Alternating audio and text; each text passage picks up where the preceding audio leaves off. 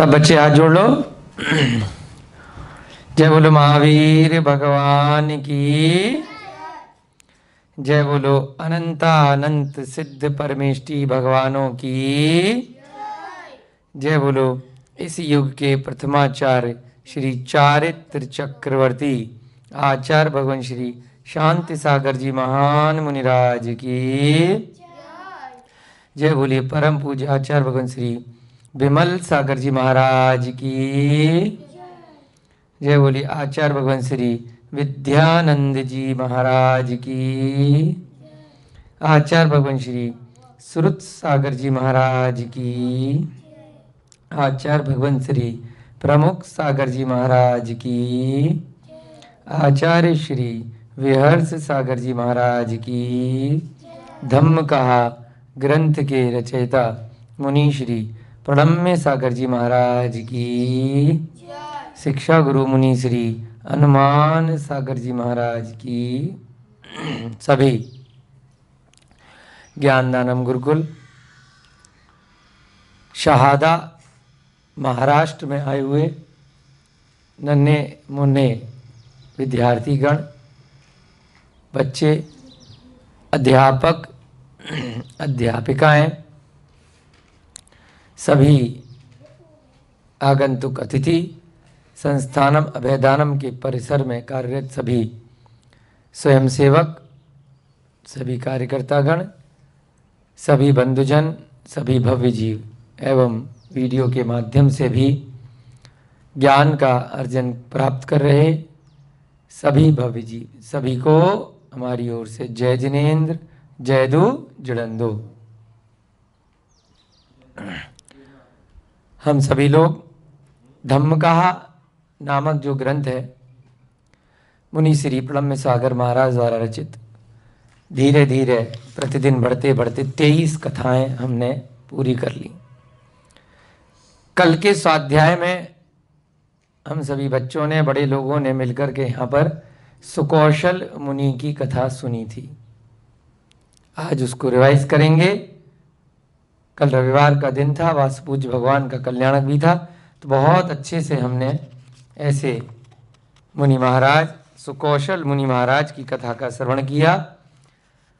आज हम लोग इस धम्म कहा में जो कथाओं का संग्रह है उसमें अंतिम कथा 24वें नंबर की जो कथा है, जो प्रथम खंड में 24 कथाओं का संग्रह है, इसके 2 खंड हैं। द्वितीय खंड में 16 कारण की कथाएं, जो 16 कारण भावनाएं भाई जाती हैं, तीर्थंकर के जीव पिछले भवों में करते हैं, तो उसकी 16 कारण भावनाएं हैं द्वितीय खंड में। पहले खंड की आज अंतिम कथा 24वीं कथा हम लोग लेंगे, चाणक्य मुनि की कथा। बहुत फेमस एक हस्ती है वर्तमान में भी, चाणक्य मुनि।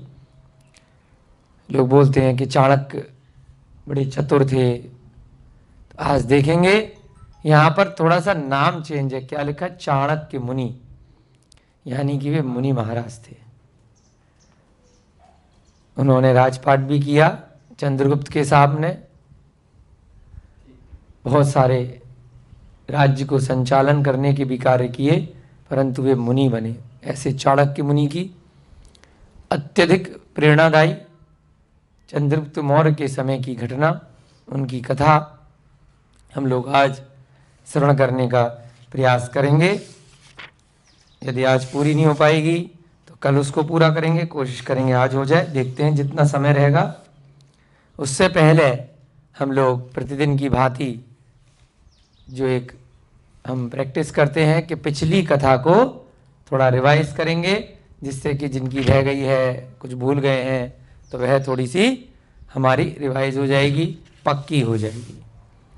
तो 23वें नंबर की कथा कल हमने सुनी थी, सुकौशल मुनि की कथा। एक राजा थे अयोध्या नगरी में, जिनका नाम था राजा प्रजापाल। वहां पर एक प्रधान सेठ जी रहा करते थे, जिनका नाम था सिद्धार्थ। तो जो बड़े सेठ जी होते हैं वो भी राजा महाराजाओं से कम नहीं होते हैं। प्रधान सेठ यानी कि सेठों के भी सेठ, बहुत पैसे वाले, उनका नाम था सिद्धार्थ। तो उन सेठ जी की 32 पत्नियां थीं, बिल्कुल राजपाट की तरह से ही रहती थी। इतना धन, इतना पैसा, इतना बड़ा व्यापार। एक दिन उनकी रानी को विचार आया कि हमारे कोई पुत्र नहीं है, तो उन्होंने भगवान के जो यक्ष यक्षिणी होते हैं उनकी पूजा अर्चना प्रारंभ कर दी कि इनसे कोई वरदान मिल जाएगा, इनसे हमें कुछ पुत्र रत्न की प्राप्ति हो जाएगी। क्योंकि तीर्थंकर भगवान जो होते हैं वो तो परम वीतरागी होते हैं। केवल ज्ञान प्राप्त होने के बाद अरिहंत देव या मोक्ष प्राप्त होने के बाद जो सिद्ध भगवान होते हैं वह प्रत्यक्ष रूप से आकर के कोई ऐसा आशीर्वाद नहीं देते कि बहुत भक्ति करी, बहुत पूजा करी और हम प्रकट हो जाते हैं, बताओ बेटा क्या मांगते हो। ऐसा तीर्थंकरों में और केवलियों में नहीं होता है, परंतु उनकी भक्ति से चमत्कार हो जाते हैं। क्योंकि जब कोई जीव सर्वोत्कृष्ट परम आत्मा की भक्ति में तल्लीन हो जाता है तो उसकी आत्मा से जो भी पाप कर्म है जिनके कारण से उसको असाता वेदनीय कर्मों का उदय आ रहा है, जिसके कारण से उसकी कोई सांसारिक बाधाएं उसके सामने आ रही हैं, वह अपने आप से ही दूर होने लग जाती हैं, स्वतः ही उसके वह पाप कर्म, उसका वह असाता कर्म, वह साता में परिवर्तित हो जाता है। भले ही प्रत्यक्ष रूप से तीर्थंकर आकर के कोई आशीर्वाद ना भी दे, पूछे नहीं आपसे कि बेटा क्या चाहता है, बोल जादू हो गया तथास्तु, इस प्रकार से नहीं करते। लेकिन जो यक्ष इत्यादि रहते हैं, जो देवी देवता रहते हैं, वह इस संसार में चतुर्गतियों में ही है। जैसे बस हमारी मनुष्य गति है तो उनकी देव गति है। चाहे वह भूत हुए, चाहे पिशाच हुए, चाहे राक्षस हुए, इस प्रकार से 8 प्रकार के व्यंतर देव रहा करते हैं। ऐसे ही अग्नि कुमार, उद्यत कुमार, विद्युत कुमार, नाग कुमार इत्यादि प्रकार से 10 प्रकार के भवनवासी देव होते हैं। इसी प्रकार से सूर्य, चंद्र, ग्रह, नक्षत्र और तारे, इन 5 प्रकार से ज्योतिष देव होते हैं। तो ये सारे की सारे जो देव हैं, 8 प्रकार के व्यंतर देव, 10 प्रकार के भवनवासी देव, कितने हो गए 18, और 5 प्रकार के ज्योतिष देव, 18 और 5 23। ये सभी प्रकारों के जो देव रहते हैं ये सभी भवनत्रिक की श्रेणी में आते हैं, यहीं घूमते रहते हैं।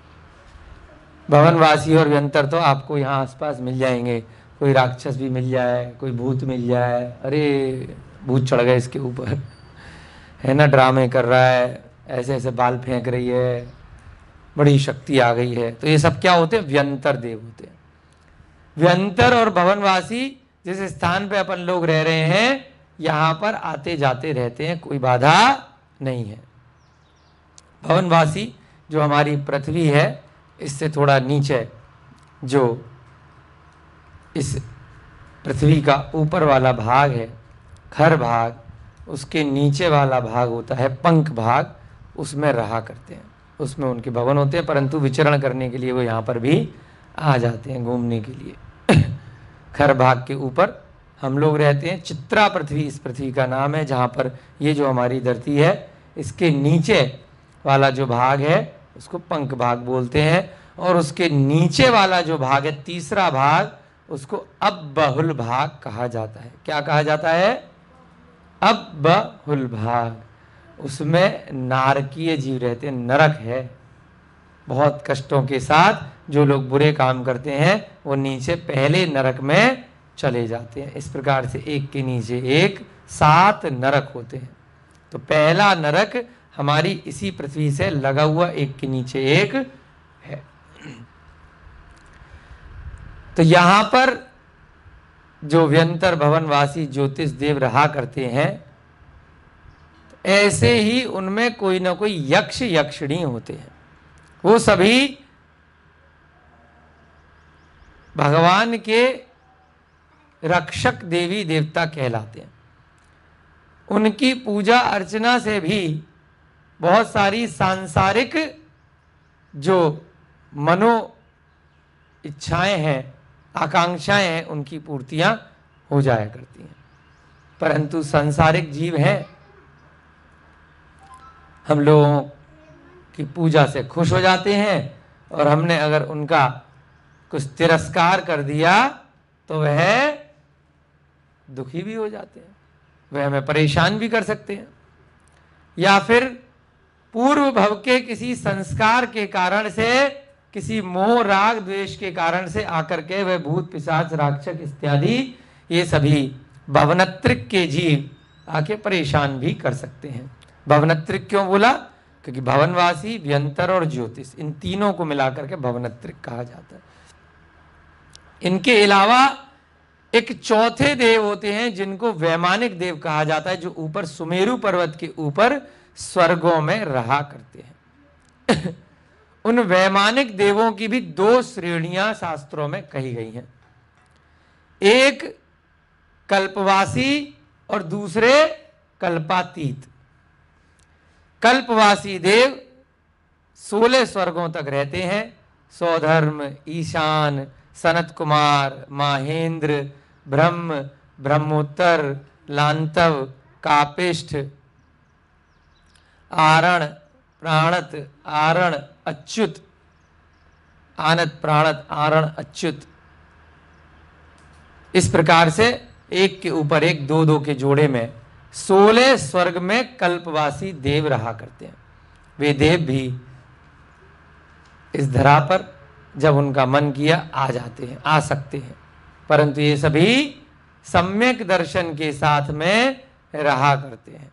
तीर्थंकरों के समूसरण में, कभी कभी नंदीश्वर दीप की वंदना में, कभी मन किया तो अकृत्रिम चैत्यालयों के दर्शन के लिए, कभी मन किया तो यहाँ जैसे प्राचीन मंदिर हैं तीर्थंकर लेणी में, यहाँ शारदा में, ऐसे प्राचीन प्राचीन मंदिरों के दर्शन के लिए वे देव आ सकते हैं, कोई बाधा नहीं होती। पंचम काल में काल के प्रभाव से थोड़ा कम आते हैं, कम विचरण करते हैं, अन्य स्थानों पर विदेश क्षेत्र इत्यादि में ज्यादा जाते हैं। तो ऐसे देव कल्पवासी देव कहलाते हैं, जो वैमानिक की एक भाग होते हैं। उनके ऊपर भी देव होते हैं 16 स्वर्ग के ऊपर। वो कौन से होते हैं? ग्रैवेक, अनुदिश और अनुत्तर। नव ग्रैवेक, नव अनुदिश और 5 अनुत्तर। इस प्रकार से 9 ग्रैवेक, एक के ऊपर एक, उसके बाद एक ही मंजिल पे अनुदिश और फिर 5 अनुत्तर। उन 5 अनुत्तर में जो सबसे मध्य वाला सर्वार्थ सिद्धि का विमान है, उससे मात्र 12 योजन ऊपर सिद्ध शिला होती है, जिस पे सिद्ध परमेष्ठी भगवान रहा करते हैं, जो इस संसार से सारी गतियों से तर गए, निकल गए।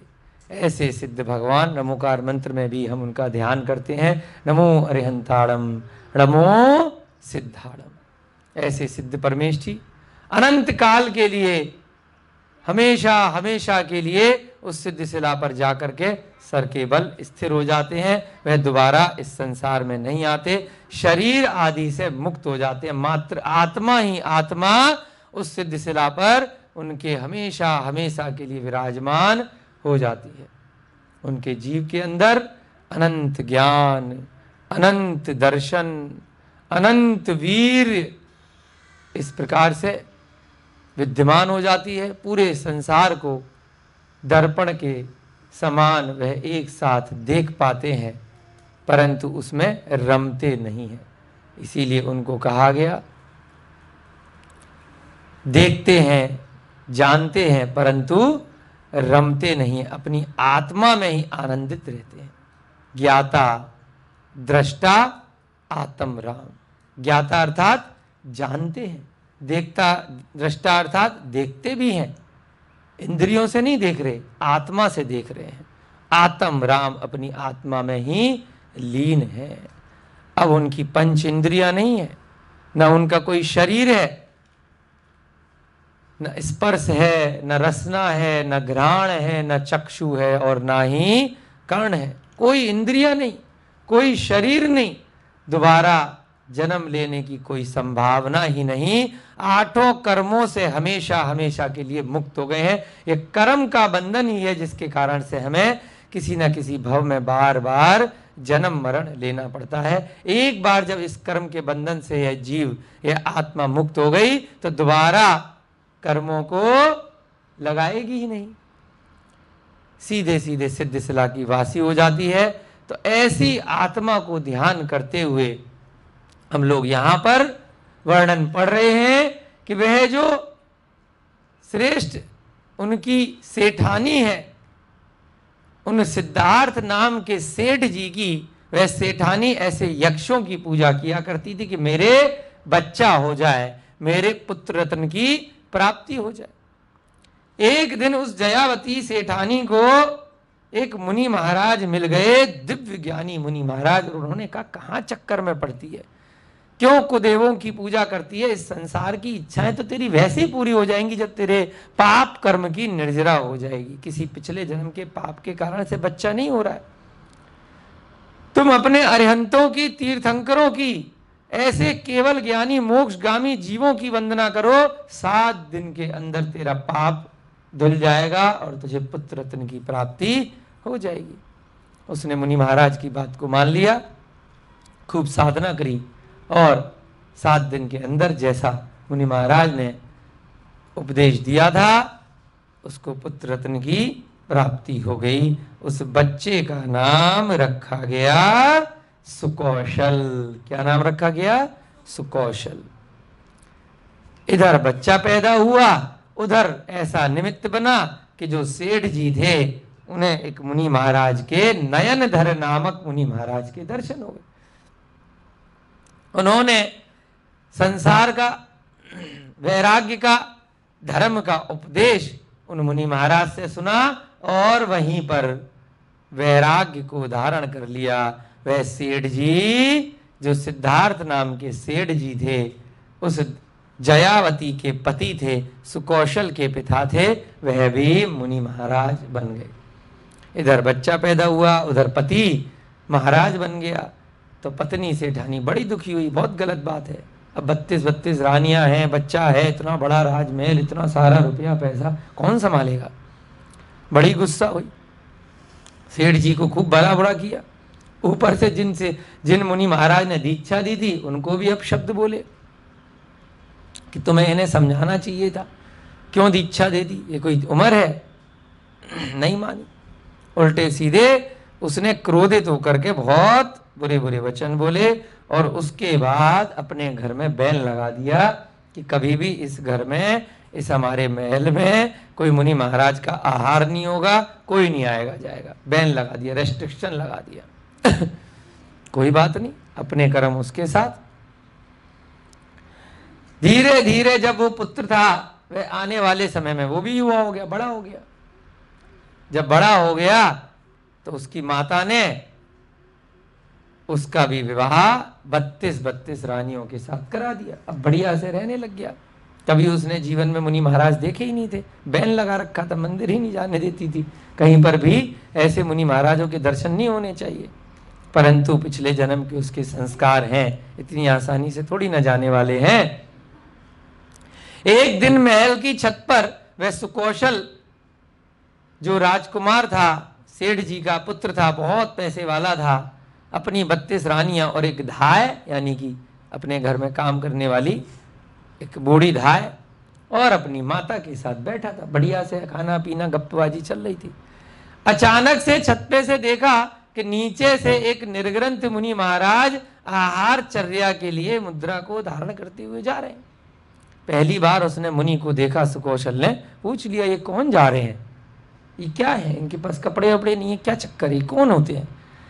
तुरंत मां ने कहा कि कोई नहीं बेटा, ऐसी कोई निर्धन जा रहा है, कोई गरीब आदमी जा रहा है, उधर मत देखो, ये अच्छे लोग नहीं होते हैं।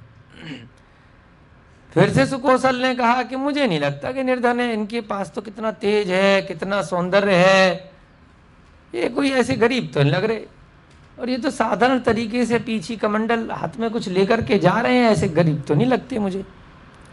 जब उसने इस प्रकार से कहा तो वहीं धाय जो बैठी थी, बूढ़ी धाय, उसने कह दिया कि हे राजमाता, हे सेठानी, मुझे बोलना तो नहीं चाहिए, परंतु इस कुल के गुरु को, जो आपके पति हैं, उनके लिए ऐसे शब्द नहीं बोलने चाहिए। इतने उत्तम लक्षणों से संयुक्त हैं, ऐसे परम मुनिराज हैं, उनके लिए आपको ऐसे शब्द नहीं बोलने चाहिए कि निर्धन है, कोई दरिद्र है। धीरे से उसने बोला, परंतु सुकौशल ने सुन लिया। इधर सेठानी को गुस्सा आया कि ज्यादा बोलती है।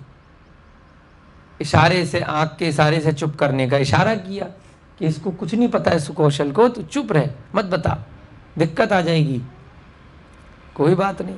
सेठानी धाय को लेकर के छत पे से गायब हो गई, उसको डांटने के लिए, पिटाई करने के लिए कि तू ऐसे मुझे क्यों मरवा रही है। उधर सुकौशल ने सुन लिया, वो पीछे पड़ गया कि जब तक मुझे उनके बारे में पूरी घटना नहीं बताई जाएगी, वो कौन थे, क्या थे, तब तक मैं खाना पीना नहीं खाऊंगा, मैं अन्न जल को ग्रहण नहीं करूंगा। सब लोग भोजन ले लेकर के जा रहे हैं, उन्होंने मना कर दिया। फिर जो है धाय को जब कई दिन उन्होंने भोजन बिल्कुल त्याग दिया, तो धाय ने सारी की सारी घटना उन्हें बता दी। सुनंदा नाम की वह धाय थी कि भाई ऐसे ऐसे इन्होंने दीक्षा ले ली थी तुम्हारे जन्म के बाद, इसलिए रानी ने तुमसे इस बारे में छुपाया। अब सुकौशल को लगा कि मैं तो ठग गया हूं, मुझे बचपन से पिता के बारे में कुछ भी नहीं बताया गया। तो उसको भी यह घटना सुन करके वैराग्य आ गया कि कुछ ना कुछ इस दिगंबर चर्या में, इस निर्ग्रंथ चर्या में, इस मुनि महाराज की चर्या में कुछ ना कुछ तो बात होगी, जिसके कारण से मुझे पैदा करके मेरे पिता चले गए। यहां से कुछ तो ऐसी बात रही होगी इस चर्या में। तो उसको भी वैराग्य पूर्व जन्म के संस्कारों के कारण आ गया, और उसके तो अभी बच्चा पैदा भी नहीं हुआ था। सुकौशल ने अपनी सेठानी के गर्भ पे ही तिलक कर दिया कि भाई मेरे बाद में ये तेरा होने वाला बच्चा सेठ बन जाएगा, तू चिंता मत कर। और मैं भी चला। वह भी अपने पिता सिद्धार्थ मुनि के समीप गया और जाकर के दीक्षित हो गया। इधर यहां पर जो उसकी माता थी, बहुत गुस्सा आया, बहुत क्रोध आया, और खूब रोई, परेशान हुई कि मेरे पति ने तो पहले ही दीक्षा ले ली थी, अब पुत्र थोड़ा सा बड़ा हुआ, कुछ मेरे बुढ़ापे का सहारा बनता, तो वह भी दीक्षित हो गया। आर्त ध्यान के साथ उसका मरण हुआ। रोते रोते वह मर गई, और मरने के बाद व्याघ्री बन गई। पास के एक जंगल में व्याघ्री माने बाघ, वहां पर भी उसके 3 बच्चे हो गए धीरे धीरे करके। कुछ समय में बाघ बनने के बाद बाघिन, वहां पर वह इधर उधर भटकने लगी। कहां तो इतनी बड़ी सेठानी, और कहां आर्त ध्यान के कारण से, मरण करने के कारण से वह त्रियंच गति में, त्रियंच योनि में चली गई। जिस जंगल में वह विचरण किया करती थी, उसी जंगल में विहार करते हुए मौदगिल्य नाम के पर्वत पर वह दोनों मुनि महाराज, पिता और पुत्र, सिद्धार्थ और उनका पुत्र सुकौशल विचरण करते हुए आए, और चतुर्मास के लिए वहां पर उचित स्थान जान करके ठहर गए कि यहां पर हम अब 4 महीने का चतुर्मास करेंगे। जैसे ही एक दिन वह दोनों मुनि महाराज आहारचर्या के लिए उठे, वहां से निकले, तभी व्याघ्री ने उन्हें, बाघिन ने देख लिया, और देखते ही मनुष्य की गंध जान करके पूर्व जन्म के द्वेष के कारण से, क्रोध के कारण से उस बाघिन ने, उस व्याघ्री ने, जो उसके 3 बच्चे अभी बाघ की पर्याय में हो चुके थे, चारों ने मिलकर के उन दोनों मुनि महाराज का भक्षण कर लिया, खा लिया, उन दोनों को मार करके खा लिया। मुनि महाराज ने वहीं पर ध्यान लगाया, दोनों ने, वह बाघिन उनको खा रही है, उन्होंने बिल्कुल भी प्रतिशोध नहीं किया, उसको मार करके डरा करके भगाया नहीं, खाने दो। इतना आत्म ध्यान, इतना तीव्र ध्यान किसी किसी विरले मुनि महाराज का ही होता है कि कोई शरीर को खा रहा है धीरे धीरे करके, हमें जरा सी चींटी भी चुभ जाए, चींटी नोच ले तो तुरंत हटा देते हैं, मच्छर आ जाए तो मच्छर को मार देते हैं, सांप डस ले तो कितना कष्ट होता है, भाग जाते हैं, इलाज कराने लग जाते हैं। और यहाँ तो धीरे धीरे कोई खा रहा है, आपके हाथ को खा रहा है, और आप जीवित हो, आप आराम से बैठे हो, आप बचने का प्रयास ही नहीं कर रहे हो, ध्यान में मग्न हो। कितनी बड़ी घटना, कितनी बड़ी बात, पढ़ने में ही रोंगटे खड़े हो जाते हैं। धीरे धीरे करके शरीर के एक एक हिस्से को वह बाघिन और तीनों बच्चे चूस रहे हैं, खा रहे हैं, खून निकाल रहे हैं, और वह दोनों की दोनों मुनि महाराज अपनी आत्म साधना में लीन है, तल्लीन है। खाने दो, यह तो शरीर को खा रहे हैं, मेरी आत्मा को कहाँ खा रहे हैं, खाने दो। आत्मा का तो मरण और जन्म होता ही नहीं है, ये तो शरीर का है, शरीर अलग है, आत्मा अलग है, दोनों अलग अलग वस्तुएं हैं। जीव आत्मा है, शरीर पुद्गल है। जैसे हमने डंडे से इधर इसको मारा तो किसी को कोई हमें कष्ट पता चला क्या? ये भी लकड़ी है और ये भी लोहा है, दोनों पुद्गल है, पुद्गल ने पुद्गल को मारा, किसी जीव को कष्ट नहीं हुआ। ऐसे ही पुद्गल पुद्गल को खा रहा है, आत्मा तो कष्ट को सहन करती ही नहीं है। आत्मा तो अलग है, पृथक है, जुदा है। शरीर और आत्मा दोनों पृथक वस्तु हैं। ऐसा आत्म ध्यान में वह दोनों मुनि महाराज लगे रहे और मरण को प्राप्त हो गए। और मरने के बाद, जैसा अभी आपको बताया था, सर्वोच्च स्वर्ग, अनुत्तर विमान में मध्य का, केंद्र का स्वर्ग, सर्वार्थ सिद्धि, जिससे मात्र 12 योजन ऊपर सिद्ध शिला होती है, उसके ऊपर कोई दूसरा स्वर्ग कल्पातीत स्वर्ग में नहीं होता है। ऐसे सर्वार्थ सिद्धि विमान में वह उत्पन्न हुए, जहां के जीव 33 सागर की आयु लेकर के, अधिकतम आयु लेकर के उत्पन्न होते हैं। अहमिंद्र कहलाते हैं कि उनके साथ में कोई दूसरा, ना कोई देवियां होती हैं, ना कोई दूसरा देव रहा करता है। अहम इंद्र। ऐसे सर्वार्थ सिद्धि के देव जो ज्यादा गमनागमन भी नहीं करते, विचरण भी नहीं करते, यहाँ इस धरा पर घूमने फिरने के लिए भी नहीं आते, हमेशा अपनी आत्मा में तल्लीन रहते हैं। ऐसे सर्वार्थ सिद्धि में वह दोनों देव उत्पन्न हुए। और जब उस व्याघ्री ने उन दोनों को खा लिया तो उन सुकौशल मुनि के हाथ पे एक चिन्ह देखा। उस चिन्ह को देख करके उसे अपने पूर्व भव का जाति स्मरण हो गया। अरे ये तो मेरा अपना ही बच्चा है, मैंने अपने बच्चे को ही खा लिया। पिछले भव में तो मैं इसकी माता थी और कितना प्रेम किया करती थी, कितना वात्सल्य किया करती थी। हाय राम, मैंने ये क्या किया? उसे जाति स्मरण हो गया, जिसके कारण से वह व्याघ्री भी आत्मनिंदा, पश्चाताप के कारण से वहां पर उसने भी व्रतों को धारण कर लिया कि नहीं, मैंने बहुत गलत किया, मैं कितनी अच्छी पर्याय से कितनी बुरी पर्याय में आ गई, हे प्रभु मुझे माफ करो। आत्मनिंदा, जैसे पहले ही बताया, कुछ गलती हो गई है तो उसके लिए प्रायश्चित करो, पश्चाताप करो, व्रतों को धारण करो, नियम संयमों को धारण करो, भगवान की पूजा अर्चना वंदन करो, तो धीरे धीरे हो सकता है जो पाप कर्म है वो निर्जरा को प्राप्त हो जाए, वह समाप्त हो जाए। उस व्याघ्री के जीव के साथ भी ऐसा ही कुछ हुआ। जब उसने व्रतों को धारण कर लिया तो धीरे धीरे करके अब व्याघ्री की पर्याय से वो निकल करके मरण को प्राप्त करके स्वधर्म स्वर्ग में उत्पन्न हो गई, संन्यास को धारण करके। पहले मनुष्य पर्याय सेठानी, फिर व्याघ्री की पर्याय, और फिर उसको ऐसा जाति स्मरण हुआ उस पुत्र के हाथ में चिन्ह को देख करके कि फिर से अच्छी पर्याय में, देव पर्याय में चली गई, सौधर्म स्वर्ग में जाकर के उत्पन्न हो गई। ऐसी हमने सुकौशल मुनि की कथा यहाँ पर कल पढ़ी थी, उसको आज रिवाइज किया। थोड़ा थोड़ा सा आपको स्वर्गों के नाम इत्यादि भी बताए, तो वह भी आपको सीखने हैं, जिससे कि आपके सम्यक ज्ञान में निरंतर वृद्धि हो सके।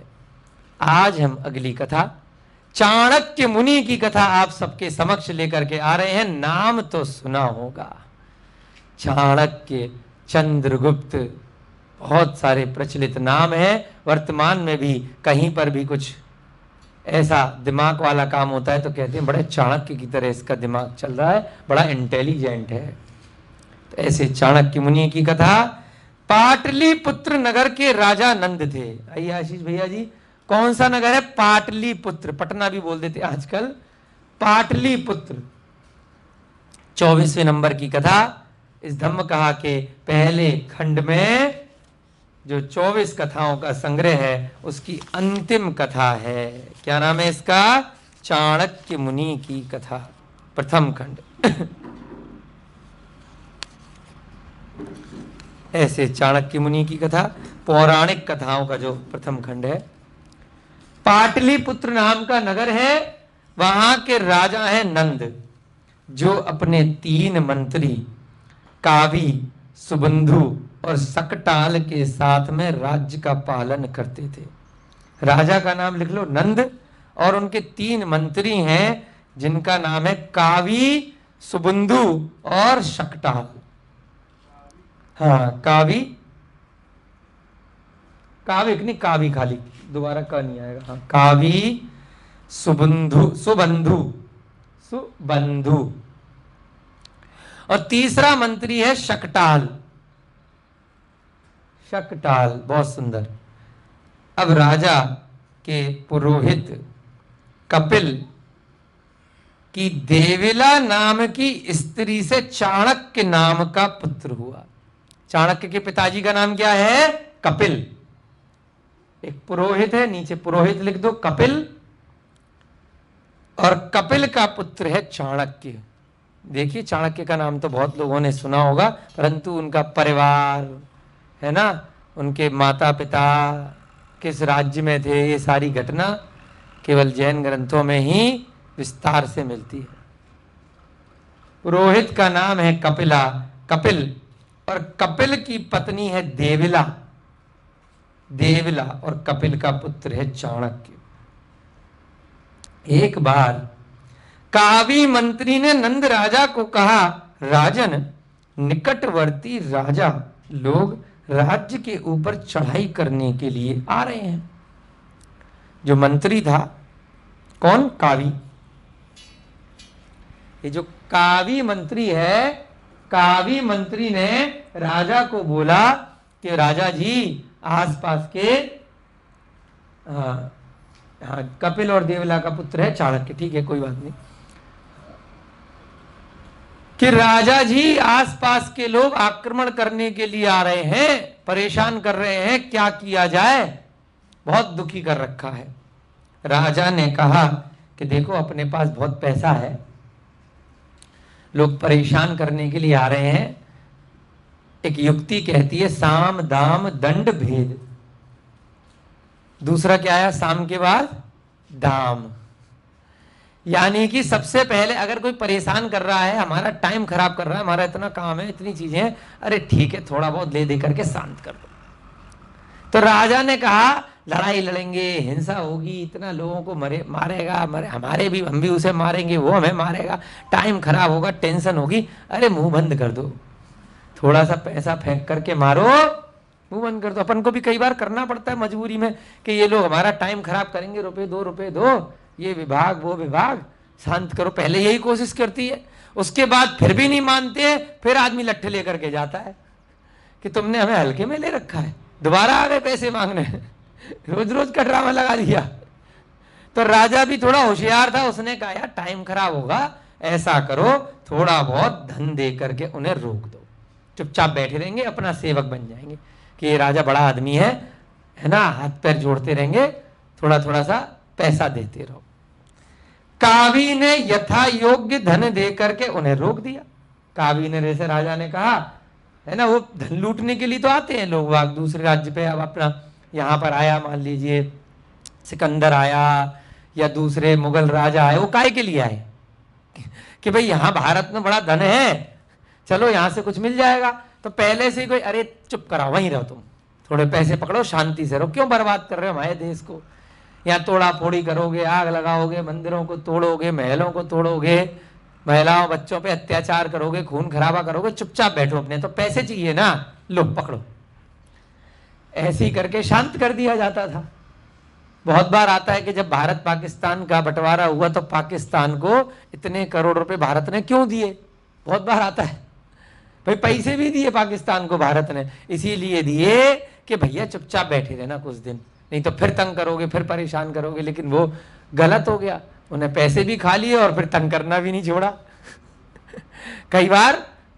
कई बार जो अपना डिसीजन होता है गलत आ जाता है, पहले से कोई अंतर्यामी तो होता नहीं, कई लोग चुप बैठ जाते हैं, पैसा लेकर के शांति से सेवक बन जाते हैं, दास बन जाते हैं। तो यहां पर भी कुछ ऐसा ही हुआ होगा, तभी इसकी घटना यहां लिखी है कि उस समय तो यहां से कावी ने राजा के कहने पे जो शत्रु राजा थे उनको पैसे वैसे दे करके चुपचाप से बिठा दिया। नंद राजा ने एक बार अपने भांडाग ऋक को धन के विषय में पूछा।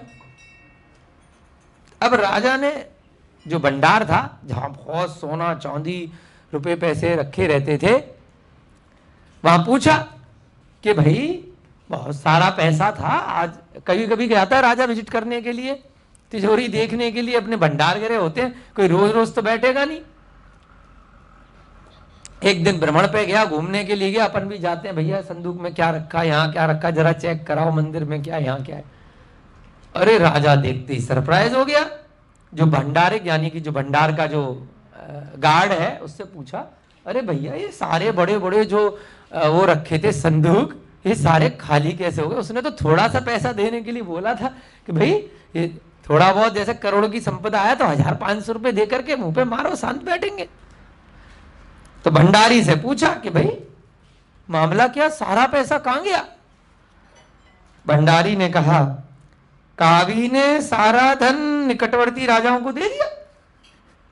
अब उसने अमाउंट तो बताया नहीं था राजा ने कि भाई कितना पैसा देना है, उसके ऊपर निर्णय मंत्री पे छोड़ दिया था कि अपने हिसाब से चुप करा दो, ये थोड़ी भैया सारा बांट दो। कावी थोड़ा ज्यादा मूर्ख निकला, उनने क्या किया, सारा की सारा पैसा बांट दिया। कैसा मंत्री बना लिया भाई, फिर हम क्या खाएंगे। इससे अच्छा तो भैया उसको आक्रमण ही करने देता, सारा पैसा बांट दिया। बताओ, राजा को बड़ा गुस्सा आया। राजा ने कावी को एक अंधकूप में डलवा दिया। अरे ऐसे मूर्ख आदमी को मंत्री बना दिया है ना। राजा ने क्या किया, कावी को अंधे कुएं में फेंकवा दिया कि भैया तू तो बड़ा बेवकूफ आदमी है, तू मंत्री बना बैठा है, तूने तो हमारे को लुटवा दिया, बर्बाद कर दिया। किसी को पता चल जाएगा तो अब तो कोई भी आक्रमण कर देगा, हमारा तो राज्य ही खत्म हो जाएगा। अभी पता चला नहीं था सबको कि पैसा सारा खत्म कर दिया इसने, और दूसरे राज्य को, पड़ोसी को शक्तिशाली बना दिया। पैसे के बल पे कोई किसी को भी खरीद सकता है। तो इसने क्या किया, कावी को एक अंधे कुएं में फेंक दिया। अपने सेवकों को, सैनिकों को बुलाया, भैया ऐसे पागल को मंत्री बना दिया, कितनी बड़ी गलती हो गई, फेंको साले को। उठा करके उसे कुएं में फेंक दिया। वहां पर संकट द्वारा एक एक सकोरा में भोजन और थोड़ा सा जल चमड़े के थैले में रस्सी बांध करके प्रदान किया जाता था। अब देखो कष्ट को कैसे बढ़ाया जाता है। कई बार होता है ना कि जान से मार दो तो लगता है कि मुक्ति मिली, काम खत्म, फांसी दे दी, ये दे दी। कई बार लोगों को लगता है कि फांसी बहुत बड़ा सजा है, अरे लेकिन जो मरता है फांसी वो कहता है अच्छा है, खत्म हो गई। इतना सारा कांड किया, इतने मर्डर किए, इतना चोरी करी, इतना, और एक बार में काम खत्म, कोई टेंशन नहीं। तो जो होशियार लोग होते हैं वो आसानी से फांसी नहीं देते, वो तड़पा तड़पा करके मारते हैं। तो कावी को मारा नहीं उसने, क्या किया कि तूने हमें इतना बर्बाद कर दिया मूर्खता में, तुझे मारेंगे नहीं, मारना चाहते तो फांसी दे देते। अंधे कुएं में फेंकवा करके क्या किया कि थोड़ा सा खाना ऊपर से डलवा देते थे रस्सी से, और एक चमड़े के थैले में रस्सी बांध करके थोड़ा सा जल उस कुएं में ही उसको सड़ने के लिए छोड़ दिया। जिंदा रहना है बेटा तेरे को, है ना। कई बार फिल्मों में भी देखा है, ज्यादा परेशान करते हैं ना कैदी, उनको काल कोठरी में, जेलों के अंदर एक कोठरी ऐसी होती है, बिल्कुल अंधेरे में उनको डाल देते हैं, जेल के अंदर भी, है ना। ऐसा देखा है, अंदर से तो हमने नहीं देखा, फिल्मों में ही सुना है कि अंदर भी जो जेलों में भी ज्यादा तंग करते हैं। अच्छा, जेलों में भी लड़ाई लड़ रहे हो, चलो तुमको जेल के अंदर भी एक नई जेल में ले जाएंगे, बहुत परेशान करेंगे। तो ऐसे ही जेलों की जेल कुएं के अंदर उसको फिकवा दिया, और जिंदा रखने के लिए कि नीचे कीड़े मकोड़े सांप बिच्छू तेरे को खाते रहे, और मरना नहीं है, मर गया तो काम खत्म। तो उसको थोड़ा सा जल और थोड़ा सा खाना रस्सी से नीचे कुएं में भिजवा देते थे रोज कि भैया ले लियो। कावी ने कहा, नीचे से ही अपने मन में सोचा, कुटुंब सहित नंद का जो विनाश करेगा वह यह भोजन करे। बताओ, जो नीचे जल उसके और भोजन जाता था, वहां से उसने आवाज लगा करके बोल दिया, देखो मैं ये सारा की सारा भोजन उसको दे दूंगा जो तुम मेरे लिए भेज रहे हो, कि जो नंद राजा है उसको पूरे कुटुंब समेत, यानी कि पूरे परिवार समेत जो खत्म कर डालेगा, ये भोजन उसको दो। ऊपर से आवाज आई, जो लोग सैनिक वगैरह नीचे देते थे, देखो इस कार्य में तो तुम ही करने में समर्थ हो, तुम ही मंत्री हो, तुम ही कर सकते भैया, हमारे में इतनी हिम्मत नहीं है ना। तुमने उसके साथ बुरा किया, उसने तुम्हारे साथ बुरा कर दिया, और तुम्हें बुरा करना है उसका तो तुम ही करो ना, हमसे क्यों कह रहे हो? है इस भोजन के लिए हम उसे अपने राजा को क्यों मारे भाई? तब उसने वहीं पर, अब चतुर तो था ही, मंत्री तो था ही, लेकिन दुष्ट मंत्री था। कई पिक्चरों में देखा है हमने, एक्चुअल में तो पता नहीं, सुना है हाँ अखबारों में भी, कि जेल से सुरंग बना करके आदमी निकल जाता है। कभी निकले हो आप? जेल वेल तो नहीं गए? वैसे देखा है कभी जेल बाहर से अंदर से? देखा है किसी ने यहाँ पे? देखा है आपने? तो जेलों के अंदर भी लोग क्या करते हैं, जब बहुत ज्यादा उनके अंदर जुनून होता है, तो जो भी पत्थर मिला, ब्लेड मिला, कुछ भी मिला, खोदना शुरू कर देते हैं। ऐसी थोड़ी ना कहानी बन गई चाणक्य की, कुछ तो विशेष रहा होगा, इसमें से भी फिल्मी स्टोरी मिल सकती है किसी को। कावी ने क्या किया, वहीं कुएं को खोदना शुरू कर दिया। अब 2 4 5 10 दिन 15 दिन तो आदमी भूखा रह सकता है ना, अगर जुनून है, इतनी जल्दी तो नहीं मरेगा, है ना। तो वहीं कावी ने बिल खोदना शुरू किया। उसने वहीं एक बिल को बना करके भोजन करते हुए 3 साल निकाल दिए। मतलब उसने तो डायलॉग मारा था कि भाई भोजन उसको ग्रहण करे। जब ऊपर से आवाज आई तो वो लोग तो रस्सी से छोड़ देते थे, तो थोड़ा बहुत भोजन करके काम चलाता रहा, जीवित रहा। 3 साल उस कुएं में निकाल दिए। कितने? 3 साल जिंदा रहा, और धीरे धीरे करके डेली थोड़ा थोड़ा थोड़ा थोड़ा थोड़ा थोड़ा कुएं को अंदर ही अंदर खोदता रहा, खोदता रहा, खोदता रहा, बिल बनाता रहा। इस 3 साल में उसके समस्त परिवारजन मरण को प्राप्त हो गए। धीरे धीरे करके बेचारे रो पीट करके जो उसके कावी के परिवारी जन थे वो मर गए। एक बार निकटवर्ती राजाओं के द्वारा पुनः नंद राजा को क्षोभ उत्पन्न किया गया। वही वाली बात आ गई, एक बार पैसे दे करके शांत हो गए, उनको तो कहते ना खून लग गया। वो पैसा 3 साल में खत्म हो गया उनका। अब फिर से आक्रमण कर दिया। अब उन्हें तो पता नहीं था कि कावी ने सब पैसा निपटा दिया है, अब है ही नहीं कुछ देने के लिए। तो अब दोबारा से 3 साल बाद जो पड़ोसी राजा थे दोबारा से आ गए अपना वसूली करने के लिए कि भैया फिर परेशान करेंगे, फिर कुछ पैसा मिल जाएगा। तो दोबारा से उन्होंने आक्रमण कर दिया। अब इधर राजा को कुछ समझ में नहीं आया क्या किया जाए। तो राजा के पास कई बार हो जाता है कि आपने किसी आदमी को गुस्से में निकाल दिया नौकरी से, बाद में दोबारा से कोई विपत्ति आ गई, फिर से उसको याद करना पड़ता है कि हमने निकाल तो दिया है, लेकिन पिछली बार इस तरह के संकट से साम दाम दंडभेद लगा करके कैसे भी उसी ने ही पैसा दिया था, अब उसको समझाएंगे तो शायद फिर से आ जाए, था तो अपना ही चेला। अब राजा ने दोबारा से कावी का स्मरण किया कि जाओ भाई सैनिकों पता करो, अगर नीचे जिंदा है तो ले आओ, थोड़ा सा हम हाथ पैर जोड़ेंगे, क्योंकि अपने पास तो इतना बूता है नहीं दिमाग लगाने का, और खुद चले गए और पड़ोसी राजाओं ने निपटा दिया तो भाई हम तो खत्म ही हो जाएंगे, या उनको पता चल गया कि अपने पास पैसा खत्म हो गया है। तो राजा ने 3 साल बाद दोबारा से कावी को बुलाया, पुराने एम्प्लॉय को, जरूरत पड़ने पर, है ना, कि भाई आ जाओ बेटा, कोई बात नहीं, जो हो गया उसको भूल जाओ, चिंता मत करो, हम माफी मांगते तुमसे, और तुम जाकर के उनको समझाओ। देखो दोबारा से कावी को पुनः मंत्री के पद पर प्रतिष्ठापित कर दिया, सोचा कि भाई मान जाएगा, आजाद कर दिया। होता बहुत बार जेलों में से किसी को निकाल दिया जाता है कि ये काम का आदमी है, यही दोबारा से ठीक कर सकता है। कई बार आतंकवादी को भी छोड़ा जाता है कि भैया वो दूसरा आतंकवादी परेशान कर रहा है, तुम्हारा दोस्त रहा है, देखो तुम हमारी सेटिंग में जाओ और उसको समझा करके आ जाओ, देखो तुम्हें इतना इनाम मिलेगा। तो कई बार ये चाल फिट भी हो जाती है, और कई बार एक बार आदमी बाहर निकला उसके बाद फिर वो अपने रंग दिखाता है। अब देखते कावी क्या करेगा। 3 साल तक बिल खोदा है, कैसे कैसे उसने प्रतिशोध की ज्वाला में अपना जीवन 3 साल एक एक सेकंड कैसे कैसे वहां निकाला है।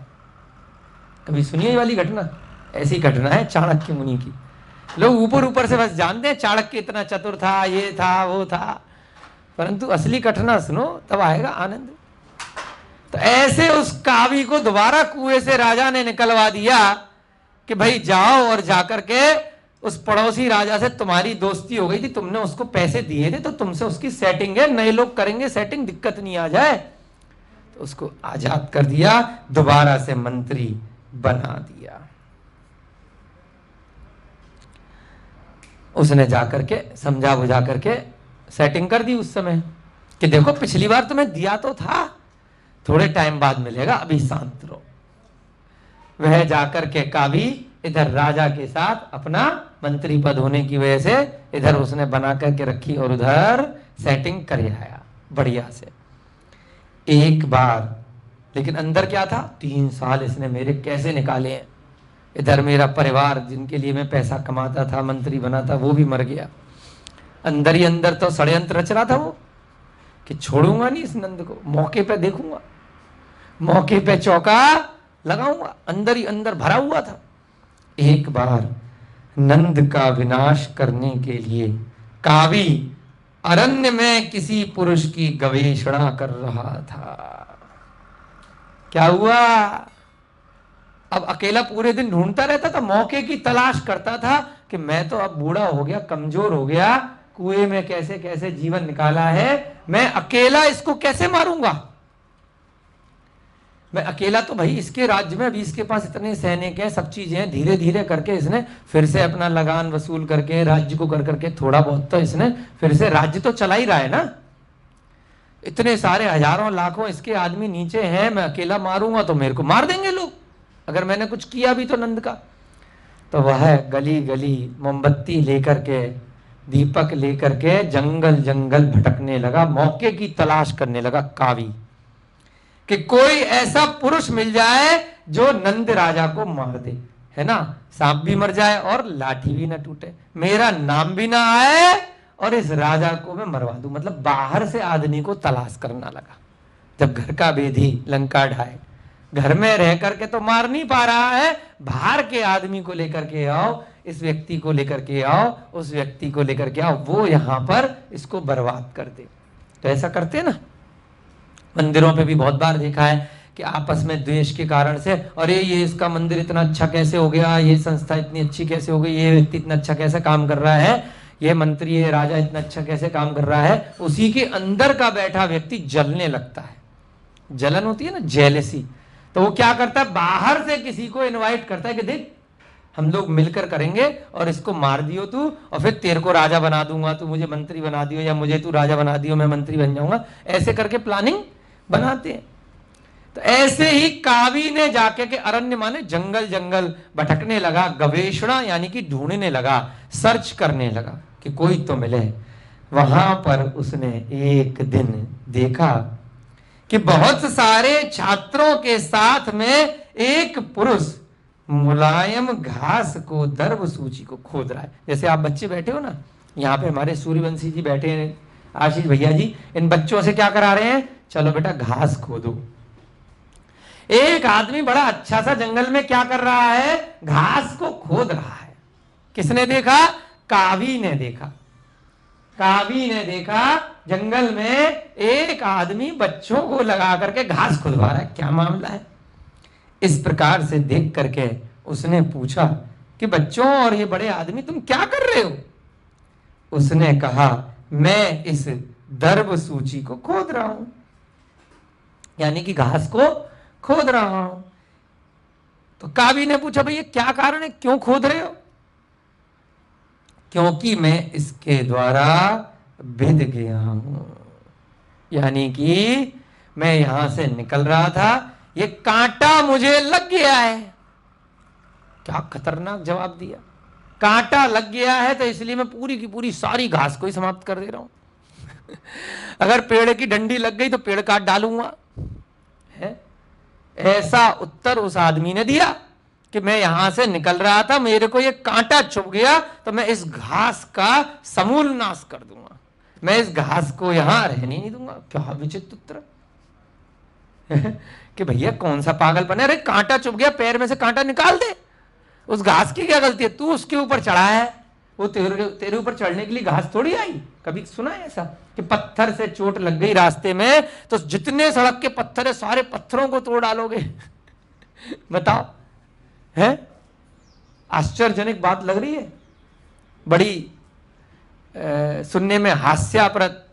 कैसा पागल आदमी है, बच्चों की ड्यूटी लगा दी, सारी घास जंगल की साफ कर डालूंगा कि घास मेरे पैर में चुभ गई। लेकिन कावी समझ गया कि आदमी सनकी है, पागल है, मुझे तो ऐसे ही पागल आदमी चाहिए, है। उसने कहा कि मैं इस घास के द्वारा बिध गया हूं, इसीलिए मैं इसको समूल नाश कर रहा हूं। कावी ने कहा कि देखो बेटा, उस स्थान को भर दो जिस स्थान पे कांटे हैं और क्षमा धारण करो, घास की क्या गलती है, घास को क्षमा कर दो और उस स्थान को दोबारा टक्कर नहीं लगे, दोबारा कांटा नहीं चुभ जाए, उसको मिट्टी इट्टी से ढक दो। अगर तुम्हें यहीं बैठना है, यहीं आसन लगाना है, बताओ।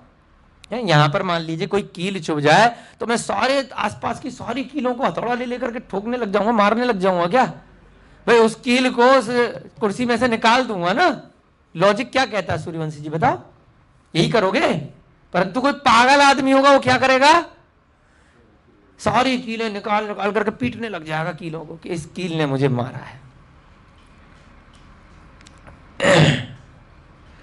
इधर उस व्यक्ति का नाम था, जो पागल आदमी था, क्या नाम था आशीष जी, पागल सन की कौन था, पागल सन की था चाणक्य। जो कांटा चुभने पे पूरी की पूरी घास को समूल नाश कर रहा था। इसी पागल की कावी को तलाश थी कि नंद राजा को समूल नाश कौन करेगा, ऐसा पागल आदमी मुझे मिल गया।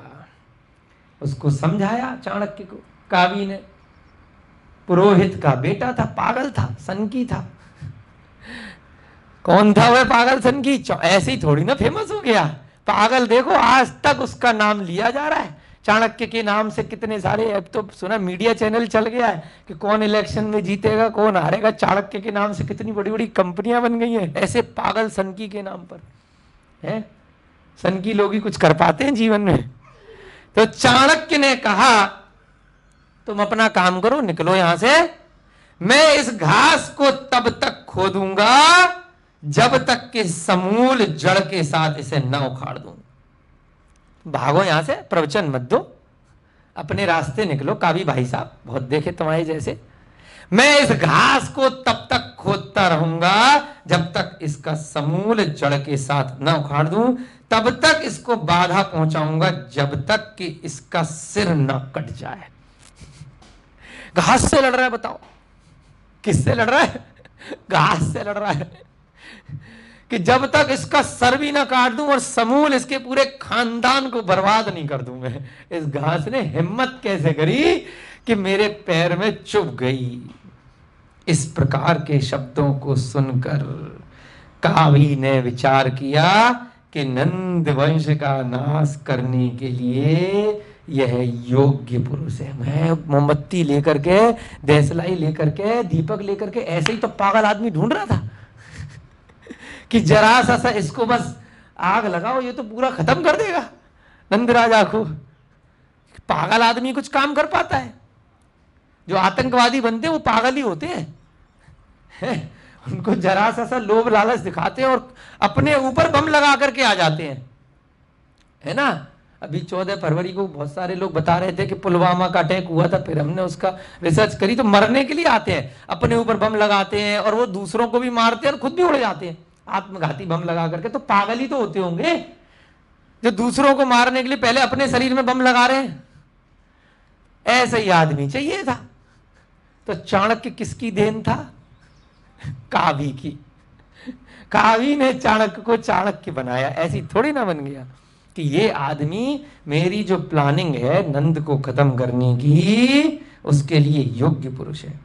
कावी अवसर की प्रतीक्षा करने लगा, कब अवसर मिलेगा, कब इस सन की पागल को मैं नंद राजा के खिलाफ भड़काऊंगा और ये उसको निपटा देगा। अब चाणक्य की शादी हो गई थी। एक बार चाणक्य की पत्नी, मतलब उसको उसने दोस्ती कर ली, सेट कर लिया कि भाई पुरोहित के बेटे हो, बढ़िया है, उखाड़ो उखाड़ो।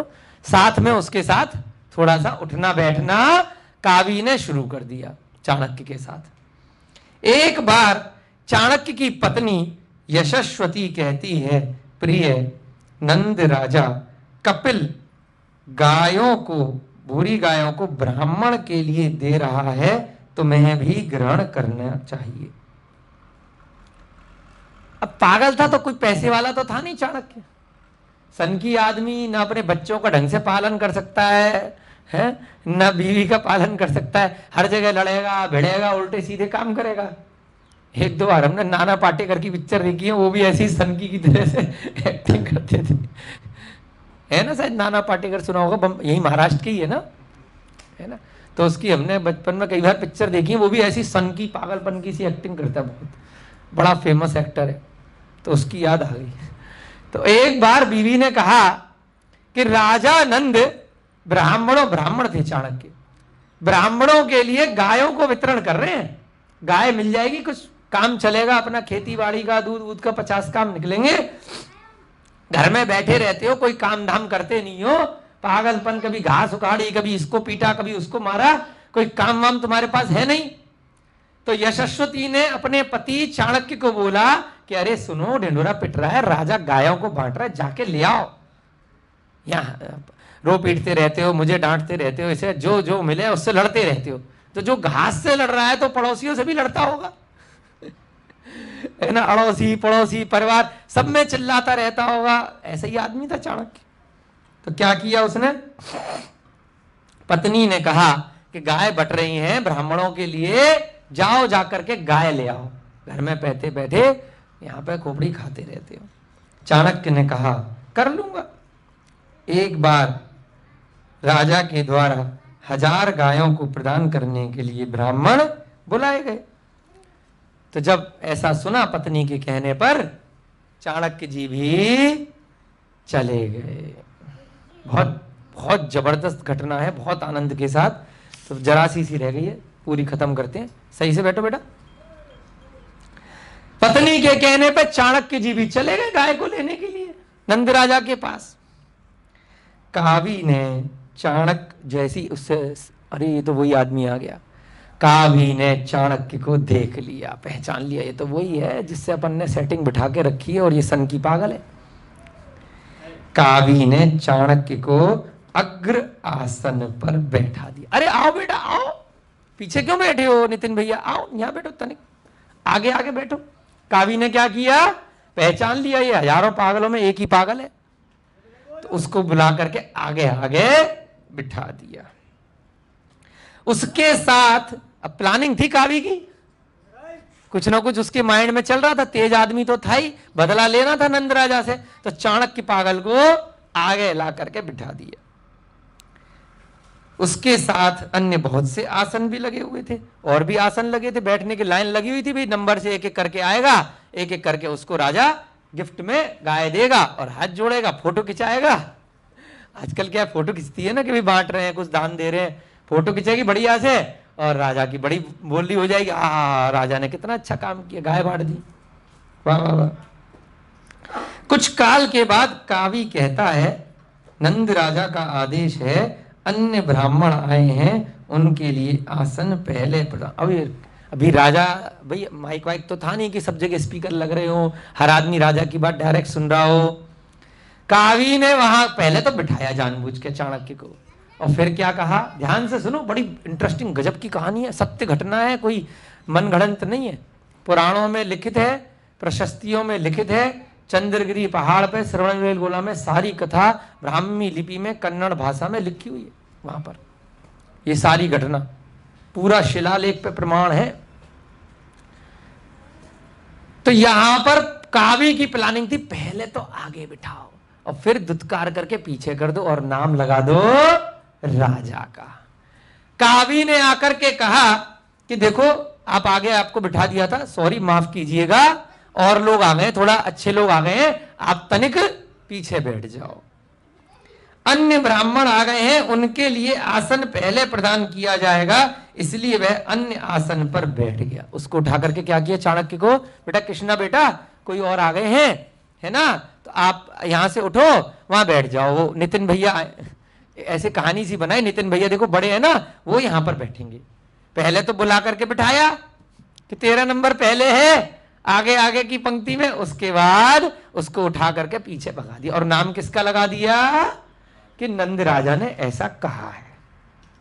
उसने देख लिया था कि ये पागल सन की आदमी है जो घास से लड़ेगा, तो ये तो इतनी सी बात पे इसको थोड़ी सी आग लगा दो तो ये तो निपटा देगा राजा को।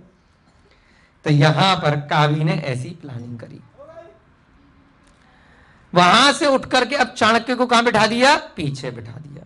फिर दोबारा से थोड़ी देर बाद कावी पहुंचा चाणक्य के पास कि बेटा देखो, अब इनको पहले तो यहां से वहां पहुंचाया, उसके बाद थोड़ी देर बाद फिर आया कि चाणक्य बेटा देखो, राजा ने कहा है और कुछ नए लोग आ गए, थोड़े श्रेष्ठ हैं, आप प्लीज थोड़ा सा माफ कीजिए बेटा, प्लीज आप वहां चले जाओ। दोबारा से उठाकर अब चाणक्य को यहां से फिर पीछे कर दिया। इस प्रकार करके सभी आसनों से वह चाणक्य वंचित हो गए, एक एक करके सारी सीटों पे चाणक्य के पीछे पड़ गया वो कावी कि इसको उठा करके मैं, राजा ने बोला, उसको हटा ही दिया, खड़ा ही कर दिया। कावी कहता है, अब कावी ने क्या कहा आकर के, चाणक्य ने कहा अरे कैसा राजा है यार, क्या दिक्कत है उसको, मैं क्या करूं भाई साहब, नंद राजा को विवेक ही नहीं है। नाम किसका लगा दिया, बुद्धिहीन है, विवेक ही नहीं है। राजा आदेश देता है कि इस आसन को भी छोड़ देना चाहिए और तुम्हें इस स्थान से अन्यत्र चले जाना चाहिए। राजा ने आपके लिए आदेश दिया है कि ये आदमी ठीक नहीं है, इसको निकाल करके बाहर कर दो।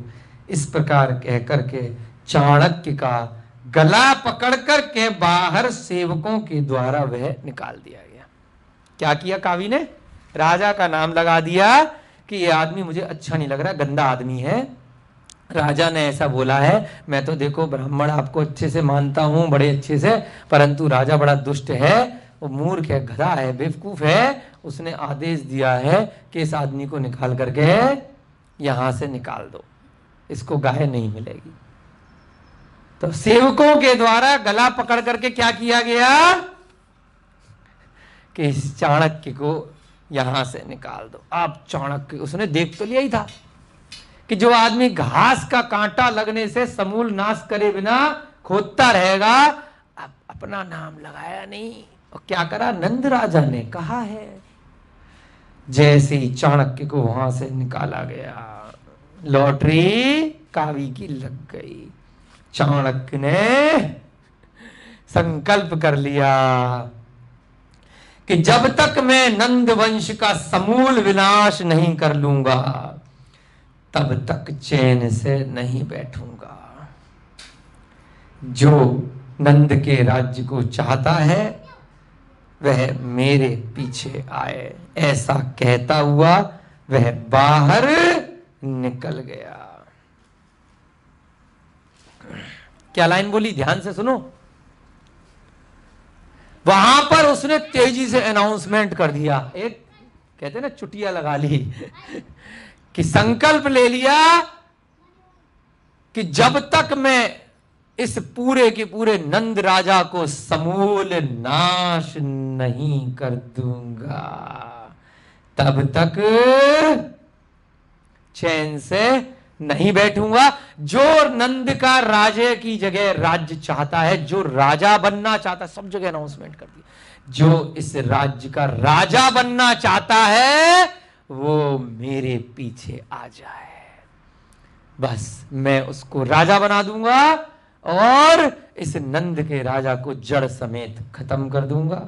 जैसा ये अनाउंसमेंट सुना, उस भीड़ में से एक पुरुष उसके साथ साथ पीछे चल दिया। अब वह पुरुष कौन था जो पीछे पीछे चल दिया? बताओ, कोई तो तुक्का लगाओ। जो पुरुष पीछे पीछे चला उसका नाम था चंद्रगुप्त मौर्य। लिखो यहां पे है। उसने कहा जो राज्य को चाहता है, जो राजा बनना चाहता है वो मेरे पीछे आ जाए और मैं उसको राजा बनाऊंगा और इस नंद राजा को समूल नाश करूंगा। ऐसा संकल्प लेकर के वह पीछे पीछे, भाई राज्य चाहिए, किसको चाहिए? चंद्रगुप्त। ऐसे ही थोड़ी ना चंद्रगुप्त फेमस हो गए। तो इस प्रकार से यहां पर ये कथा अब देखेंगे, आगे पढ़ेंगे इसको, आगे के दिन, कल के दिन आपका समय हो रहा है। तो ऐसा व्यक्ति उसके पीछे पीछे एक लग गया साथ साथ, और यहां पर चाणक्य जी ने संकल्प ले लिया, उसकी सहायता से वह निकटवर्ती राजाओं से मिल गया, धीरे धीरे धन प्रदान करके नंद के मंत्री और योद्धाओं का उसने भेद कर लिया। एक दिन, मतलब धीरे धीरे करके उसको, उसके साथ अब एक से भले दो, चलो पूरी कर लेते हैं कथा, छोटी सी रह गई है। एक दिन धीरे धीरे करके वो दोनों वहां से निकल गए और चंद्रगुप्त वीर था और ये कौन था? चाणक्य। सनकी था, पागल था, दिमाग तो था, पुरोहित का बेटा था लेकिन पागल, खूंखार, संकल्प में शक्ति, बड़ा खतरनाक आदमी। एक दिन धीरे धीरे करके समय लगा, धन दे करके नंद के मंत्री और योद्धाओं का उसने भेद कर लिया। नंद के और जो मंत्री थे, कावी वगैरह, ये सारे की सारे, उनके साथ दोस्ती कर ली, सेटिंग कर ली, और जितने भी योद्धाएं थे उसके यहाँ वीर लोग थे उनको भी भेद लिया, क्योंकि चंद्रगुप्त को उसने सिखाया, युद्ध सिखाया, बहुत सारी चीजें। एक दिन फाइनली नंद को उन लोगों ने मार दिया। असहाय होकर जब उसके अपने योद्धा, अपने मंत्री उनके साथ मिल गए तो क्या हुआ? नंद असहाय होकर के मारा गया। चाणक्य ने चंद्रगुप्त मौर्य को जैसा पहले प्रॉमिस किया था कि मैं राजा बनाऊंगा, क्या करा? चंद्रगुप्त मौर्य को यहां का पाटलिपुत्र का राजा बना दिया। बाहर से आया था चंद्रगुप्त, घर का नहीं था, राजा का पुत्र नहीं था। लेके कौन आया था? चाणक्य लेकर के आया था। और चाणक्य को कौन लेकर के आया था? कावी लेकर के आया था। पूरी चैन है। कावी ने चाणक्य को ढूंढा, चाणक्य को पता ही नहीं है कि उसको तो मोहरा बनाया गया है, उसको तो खाली बेवकूफ बना बना करके आग लगाई गई थी कि राजा ने बोला है तू पीछे बैठ, तू पीछे बैठ, और इतनी सी सनक में उसने कसम खा ली कि मैं राजा को जड़ समेत बर्बाद कर दूंगा। और चंद्रगुप्त मौर्य को चाणक्य ने, राजा मुझे राज्य नहीं चाहिए, मुझे तो इसको खत्म करना है बस। राज्य कावी को भी नहीं चाहिए था, उसे भी खत्म करना था। ऐसे ही चाणक्य ने चंद्रगुप्त मौर्य को राज सिंहासन पर स्थापित किया और बहुत काल तक राज्य किया। अब दिमाग किसका? चाणक्य भाई, उसने राजगुरु बना दिया, अपना बॉस बना दिया कि तुमने मुझे बनाया है, और चंद्रगुप्त मौर्य ने राज किया। एक दिन बाद में महीधर मुनि के समीप धर्म का श्रवण करने से, अब देखिए संसार की गति कैसी रहती है, कहां तो इतना खतरनाक व्यक्ति कि समूल नाश कर दिया नंद का, चंद्रगुप्त को ला करके बिठा दिया, और कहां कर्मों का फेर। इतना दुष्ट चाणक्य, इतना पागल सन की ही लोग मुनि महाराज बन पाते हैं। कथा का नाम क्या है? चाणक्य मुनि की कथा। चाणक्य चालाक या चाणक्य सनकी की कथा नहीं है। कथा का नाम क्या है? चाणक्य मुनि की कथा। वो सनकी तो था ही, इसीलिए जैसे ही उसने महीधर मुनि के प्रवचन सुने, इधर प्रवचन सुने और इधर सारा राज्य पाठ सब छोड़ करके, चाणक्य भाई राजगुरु है, राज्य भले ही चंद्रगुप्त चला रहा, बॉस तो वो है, दिमाग तो इसका लग रहा है। चाणक्य क्या बन गया? महीधर मुनि के समीप मुनि महाराज बन गया, दीक्षा ले ली। लिख लो यहां पे, चाणक्य ने दीक्षा धारण कर दी, वैराग्य को धारण कर लिया, मुनि महाराज बन गया। कुछ नहीं रखा इस ड्रामे में, सब बेकार की बातें हैं। बहुत राज्य कर लिया, चाणक्य मुनि महाराज बन गए, और राजा का भी एक तरह से बहुत, राजा का गुरु है, तो राजा का गुरु जब मुनि महाराज बन जाएगा तो चेले तो बहुत जल्दी आ जाएंगे। 500 शिष्य उनके साथ मुनि महाराज बन गए। कितने? 1 2 4 नहीं, 500। 500 लोगों ने उस चाणक्य गुरु को देख करके दीक्षा का धारण कर लिया। लाइन लग गई कि भैया इतने बड़े पाटलिपुत्र के राजा, जिन्होंने, यहां पर आपको घटना तो पता है, चंद्रगुप्त ने किसको हराया था? सेल्यूकस है, नाम जानते हो उसका? किसको हराया था चंद्रगुप्त ने? सिकंदर, उसी को सेल्यूकस भी बोलते हैं। सिकंदर को भगाने वाला, उल्टे पांव भगाने वाला जो था, तो वो चंद्रगुप्त मौर्य था। ऐसे ही नाम थोड़ी ना उसका इतिहास में लिया जाता है। ऐसे चंद्रगुप्त मौर्य जिसने पूरे अखंड भारत पर राज्य किया, पूरा एशिया एक तरह से कह सकते हो आज के समय का, इतना बड़ा भारत देश, अखंड भारत पर चंद्रगुप्त मौर्य ने एक छत्र राज्य किया। ऐसा सम्राट चंद्रगुप्त मौर्य, उसका भी गुरु चाणक्य कोई हल्का फुल्का थोड़ी रहा होगा वो सन की। जब वो दीक्षा ले लेगा, 500 लोगों ने उसके समक्ष दीक्षा ले ली, उसके शिष्य बन गए। बहुत काल तक विहार करते हुए दक्षिण दिशा में वनवास देश के क्रोंच नगर में जब वह आया, वहां एक कोष्ठ में पादोपयन मरण धारण किया। अब क्या हुआ? बढ़िया विहार उनका चलता रहा, सब मुनि महाराज दिगंबर मुनि महाराज बन गए। विहार करते करते क्रोंच नगर में वह पहुंचे, वहां पर उन्होंने पादोपयान मरण धारण किया। नंद के मरण के उपरांत उसका एक और मंत्री था, सुबंधु। आपने ऊपर नाम पढ़े थे ना, कावी, सुबंधु। कावी तो दुष्ट था, सुबंधु पक्का चेला था राजा का, अपना अनुयायी था, अच्छा उनको मानने वाला भक्त था, है ना। अपने बॉस का होता है ना, एक दुष्ट निकल गया, बाकी अच्छे लोग भी तो होते हैं जो बिल्कुल अपने प्राण जाए पर अपने राजा को नहीं छोड़ेंगे।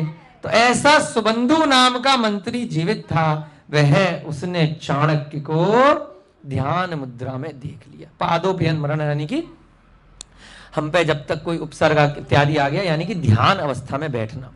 500 मुनि महाराज एक साथ ध्यान में बैठे हैं, उनके गुरु चाणक्य ध्यान में बैठे हैं, सामायिक कर रहे हैं। सामायिक के समय पर अगर कोई भी आक्रमण करता है तो उसको बोलते हैं पादोपयन मरण, यानी कि हम उसका विरोध नहीं करेंगे, उसे भगाएंगे नहीं। जैसा कि पिछली कथा में आपने अभी व्याघ्री ने आक्रमण किया था ना 2 मुनि महाराज पर, समाधि गुप्त और त्रिगुप्त। तो ऐसे ही यहां पर भी वह 500 के 500 मुनि महाराज ध्यान में बैठ गए क्रौंच नगर में। वहां पर सुबंधु ने चाणक्य को देख लिया। अब वो तो जानता ही था कि चाणक्य ने मेरे राजा को मारा है, मैं अपने राजा का परम भक्त हूं। तो उसे सुबंधु को बहुत क्रोध आया चाणक्य के ऊपर कि यहां पर ढोंग करके मुनि बन गया है, और पहले कितना इसने अत्याचार किया, कितने लोगों को मारा, चंद्रगुप्त मौर्य को जबरदस्ती हमारे राज्य दिलवा दिया। वह जो सुबंधु नाम का मंत्री था क्रौंचपुरी के सुमित्र राजा के पास आकर के रहता था। अब वह दूसरी जगह चला गया था, अब वहां पर इनकी गुलामी नहीं कर रहा था चाणक्य और चंद्रगुप्त की। वह अपना नगर छोड़ करके जब हार गए थे तो वह दूसरे, जहां पर अब चाणक्य पहुंचा है मुनि महाराज के रूप में, वहां पर सुमित्र नाम के राजा के पास रहता था। सुमित्र राजा मुनि महाराजों की वंदना करके वापस लौट गए।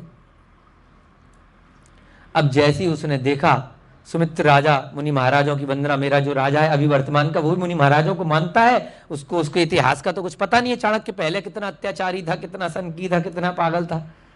तो राजा सुमित्र वहां से वंदना करके अपने राज्य में वापस आ गए, और दोबारा से जो ये सुबंधु था, ये बाद में चाणक्य को जैसे उसने पहचान लिया था, वो पूर्व बैर के कारण से वापस आ गया।